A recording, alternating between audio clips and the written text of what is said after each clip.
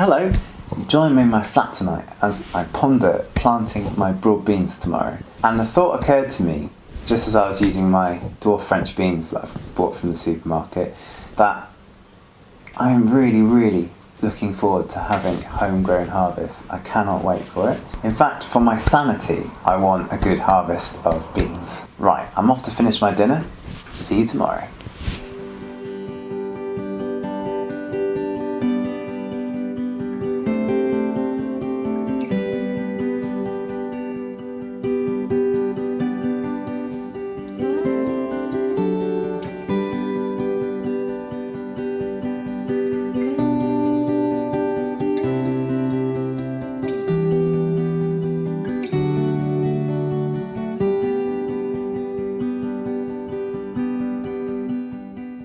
Now I'm going to have a look at my broad bean spacing just to make sure that I can get as much as I can out of this bed. I'm really trying to follow some form of organisation this year so that I can get radishes or I could get lettuces or something else in between them.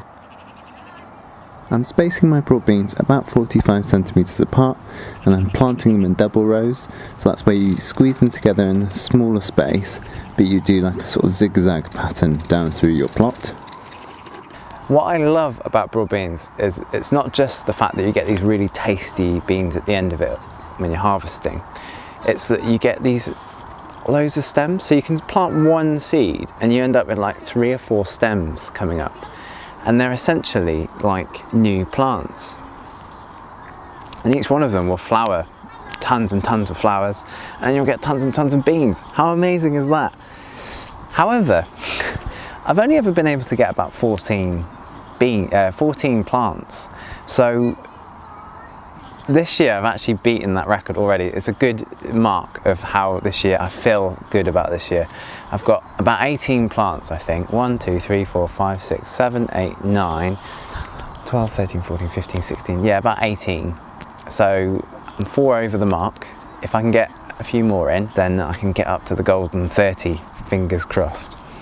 Now, I did have a setback in January, and you might remember, if you've been watching my videos, that I had botrytis, what is grey mould, on the leaves of my first lot of broad beans, and that's because I didn't aerate them properly, I watered them too much, and I left a propagator lid over them and left them for like 10 days when I went away, and it was really bad because it was quite warm this winter. I was too overprotective, and that came back and bit me in the bottom. I'm really happy that I've finally got some actual broad beans to plant out.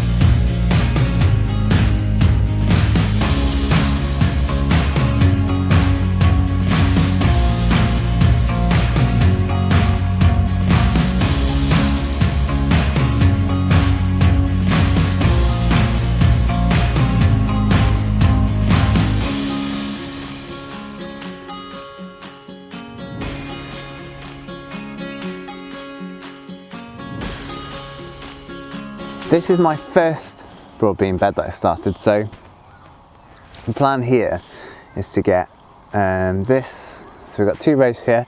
I'm going to do a little path, then another 2 rows. I really want a lot of broad beans, if you couldn't tell, but this is a mixture of broad beans that I started in January, the ones that survived, and my friend's broad beans as well. So he gave me 4 broad bean plants, which I put in the ground. So the ones he gave me are the ones that are sort of flowering now. I need to tie these up actually because they're starting to droop a little bit. But some of them looking like they're starting to set pods, so that's really exciting. And also I can see here there's a little bit of pigeon maybe or blackbird damage apparently. I thought it was slugs, but apparently it's the birds have just been pecking at the leaves. So that's something to watch out for if you're starting broad beans off as well. Also, if you know anything more about what could be causing this, then do drop a comment in the comment box below, because I always like to know these things so that I can prepare ahead of time.